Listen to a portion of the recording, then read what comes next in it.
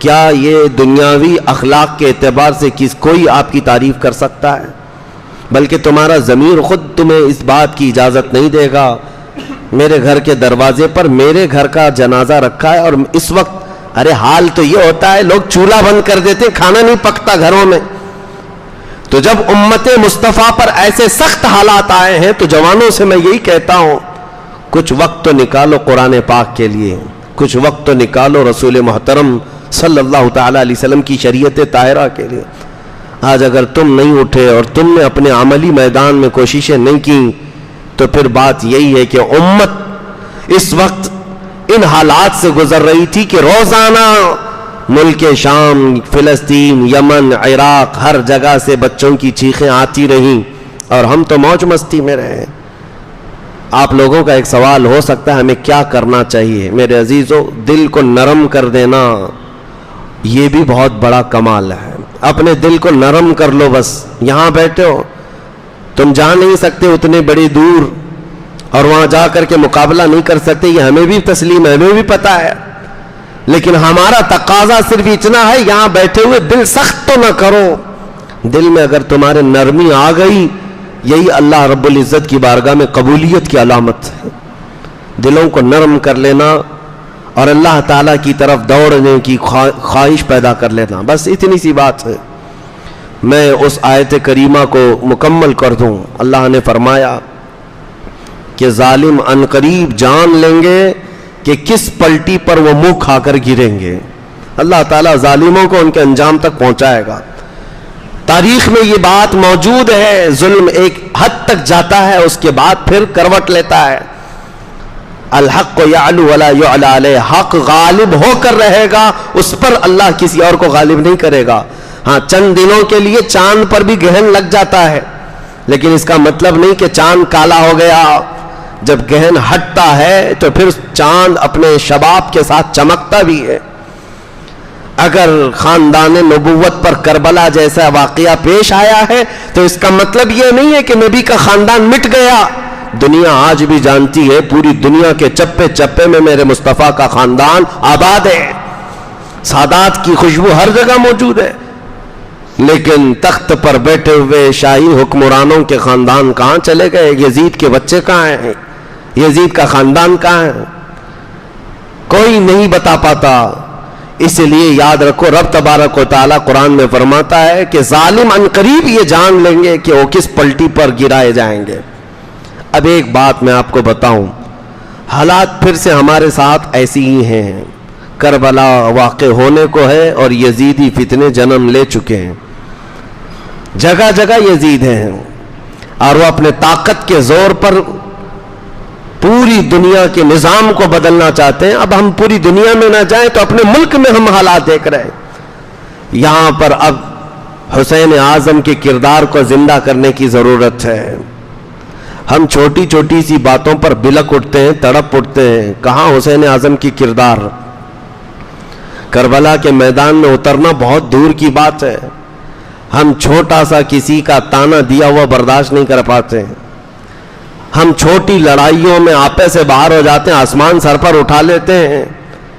امام حسین سید الشہداء کی بات میں بتاتا ہوں. سیدنا غوث گوالیاری رحمت اللہ علیہ ایک بڑے بزرگ گزرے ہیں, اللہ کے ولی, بڑے صبر والے تھے. ان کی ایک مثال میں آپ کے سامنے رکھتا ہوں. وہ ایک بار راستے سے جا رہے تھے, ڈاکو کچھ راستے پر پریشان کر رہے تھے. کبھی ان کا جبہ کھینچا, کبھی ان کا امامہ کھینچا.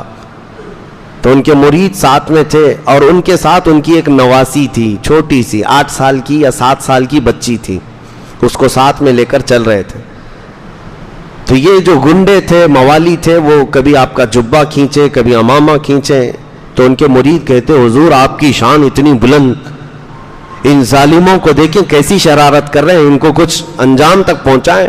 سیدنا غوث گوالیاری نے کہا, ہم اہل سلوک ہیں, اللہ کی طرف چلنے والے. ہم جلال کا اظہار نہیں کرتے, ہم صبر کرتے ہیں, ہم صبر کرتے ہیں. آگے چلنے کے بعد کچھ اور بدماشوں نے ان پر دھول پھینکا, مٹی پھینکی. آپ نے کپڑے جھاڑ لیے اور کہا, ہم اہل سلوک ہیں, صبر کرتے ہیں. جواب نہیں دیتے.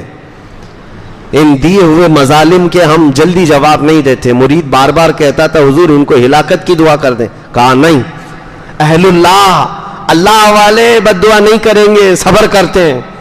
آگے چلنے کے بعد ایک ڈاکو نے ان کی چھوٹی سی جو نواسی تھی اس کے کان میں جو بالیاں تھیں انگلی ڈال کر کے یوں کھینچا کہ بچی کا کان پھٹ گیا.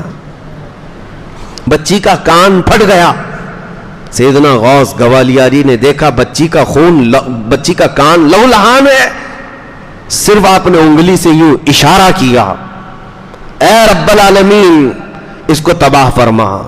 وہ جو گنڈا موالی تھا جس نے انگلی ڈال کر کان پھاڑا تھا, ہوا میں اڑا اور واپس ایسے پتھر پر پٹک دیا گیا کہ سر پھٹ گیا, جگہ پر مر گیا. اب یہ واقعہ میں یہاں بیچ میں کیوں کہہ رہا ہوں, اس کا کیا ریلیشن ہے؟ مرید صادق ساتھ میں تھے. کہا حضور آپ تو کہہ رہے تھے آپ اہل اللہ ہیں, آپ مظالم کا جواب نہیں دیتے, بچی کے کان پھٹ جاتے ہی آپ نے تو اس کو ہلاک کر دیا. سیدنا غوث گوالیاری نے تاریخی جملہ کہا, میاں یہ ہم سب کیا قیامت تک آنے والے اپنے اوپر آنے والے مظالم کو تو دیکھ سکتے ہیں, بچوں کی تکلیف کو گوارا کر لینا صرف امام حسین کا کام ہے. صرف سب اس صبر کے درجے پر وہ صرف کربلا کی داستان میں ہے, باقی کوئی نہیں برداشت کرتا. یہ حقیقت ہے میرے عزیزو. اولیاء اکرام کی بھی فہرست دیکھ لیں, ان پر جو ظلم ہوئے ہیں سب برداشت کیے گئے, لیکن سامنے اگر کسی باپ کے بچے کو تڑپایا جائے یہ گوارا نہیں ہوتا. آج بھی ہماری کیفیت یہ ہے, ہم بخار کو سہ لیں گے, ہم بیماریوں کو سہ لیں گے, لیکن بچہ اگر تھوڑی دیر سردی میں بھی آ جائے ہمارا دل گوارا نہیں کرتا. ہم اسے سینے سے لگائیں, کبھی ادھر بھاگیں کبھی ادھر بھاگیں, ڈاکٹروں کے چکر لگائیں, بچوں کی تکلیف باپ نہیں دیکھ پاتا. اب اس بات کو سن کر کے پھر اندازہ لگاؤ کربلا کے میدان میں اس حسین کا کلیجہ کتنا بڑا تھا, جنہوں نے اپنے جوان بیٹے علی اکبر کی لاش اپنے کندھے پر اٹھا کر لائے, اور وہ بھی ٹکڑے ہو چکی لاش, جس کے ٹکڑے ہو چکے تھے, اور اپنے سگے بھتیجے امام قاسم کی لاش جس پر گھوڑے دوڑ چکے ہیں, اور پھر اس پر طرفہ یہ کہ 6 ماہ کے چھوٹے بچے کو جب ان کے ہاتھ میں موجود پانی کی طلب لے کر آنے پر گلے پر تیر چلا دیا جائے, بچہ جب ہاتھوں میں خون میں لت پت ہو, اس منظر کو دیکھ کر دنیا کی کون سی ہستی ہے جو برداشت کر پائے؟ اپنے سگے بھائی کو کٹتے ہوئے ہاتھ دیکھا, عباس علمبردار کو, اور اس کے بعد ان کے سینے پر نیزہ مار کر جب یزیدیوں نے شہید کیا, تب تک میں نے دیکھا ہے تاریخ میں امام حسین نے صرف اتنی بات کہی, جن کی عمر 60 سال کے قریب ہو چکی ہے. 60 سال کی عمر کے قریب رب العالمین کی بارگاہ میں صرف اتنا کہا, الآن انکسر ظہری, اے اللہ میری ریڑھ کی ہڈی ٹوٹ گئی, تیرے علاوہ کس سے شکایت کروں, تیرے علاوہ کس سے میں شکایت کروں. عزیزان گرامی وقار, اس پورے میدان کربلا میں ایک اہم میسج یہی ہے کہ ہم اپنی چھوٹی چیزوں کو جب برداشت نہیں کر پاتے تو بڑی چیزوں کا مقابلہ کیا کر سکیں گے. برداشت کی طاقت بھی بڑھانا بہت ضروری ہے. اولیاء اکرام کی سیرت میں اگر دیکھیں گے آپ, تصوف میں ایک باب ہے, وہ خلافت اس وقت تک دیتے نہیں تھے جب تک مرید کو پیاس برداشت کرنے کی طاقت نہ آ جائے, بھوک برداشت کرنے کی طاقت نہ آ جائے, اور لوگوں کے مظالم سہنے کی طاقت نہ آ جائے. تب تک ماررہ متحرہ میں تو باضابطہ اس پر تربیت دی جاتی تھی. خاص طور پر مچھلی کھلا کر رات میں یوں ہی دروازہ بند کر کے سلا دیا جاتا, صبح تک وہ بندہ تڑپتا رہتا, پانی نہیں دیتے. اور اگر کوئی بہت زیادہ اتاولا ہو جاتا کہ پانی نہیں, تو اس کو بھیج دیا جاتا, جا تو یہاں کی خلافت لینے کا اہل نہیں ہے. برداشت کی طاقت پیدا کرنا مسلمان کے لیے بہت ضروری ہے. اور یہی کربلا کے میدان میں ہمیں ایک بہت بڑا عظیم پیغام ملا ہے. مرد تو مرد ہے. ایک دانشور نے بہت اچھی بات لکھی ہے, کربلا میں موتیں تو ہوئیں, حسین اعظم کی موت, شہادت, علی اکبر کی شہادت, امام قاسم کی شہادت, سب کی ایک بار ہوئی, لیکن اس میدان میں سب سے بڑا جگر رکھنے والی کوئی شخصیت ہے تو سیدہ زینب ہے. جو پورے میدان کو دیکھتی بھی رہیں. ان کے بچے بھی سامنے شہید ہوئے, بھائی شہید ہوا ہے, بھتیجے بھانجے سب شہید ہوئے. اور اس کے بعد جو حالات ہوتے ہیں, سب کی موت کے بعد جب ان کو بندی بنا کر, قیدی بنا کر دمشق تک لے جایا جا رہا, اور زنجیر باندھ کر کے, رسول اللہ کی وہ شہزادی نے کتنا سہا ہوگا. یزید کے دربار میں پہنچنے کے بعد انہوں نے اپنے اندر جتنا تھا سب نکال دیا. آج 1400 سال ہو گئے سیدہ زینب کا دیا ہوا خطبہ جو دمشق کی جامع مسجد میں یا یزید کے دربار میں آج تک حرف بحرف سلامت ہے.